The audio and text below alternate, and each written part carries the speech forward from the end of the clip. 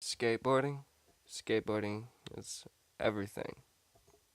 You know, it started out as nothing, and then overnight it's like bam.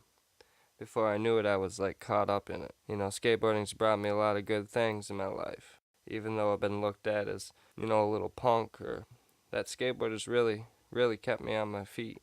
No matter where I go and where I've been, that skateboard always feels like home. And it's just the greatest thing I've ever known. I really want to spread the skateboarding to everybody. My goal is never to make money or get big. It was about, you know, having fun and meeting people, and that's exactly what I've done.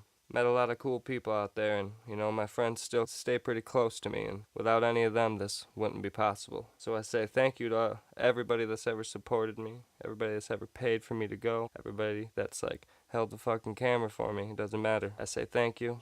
All the skaters, all the bikers, all the watchers, all the gawkers, all the talkers. A lot of love.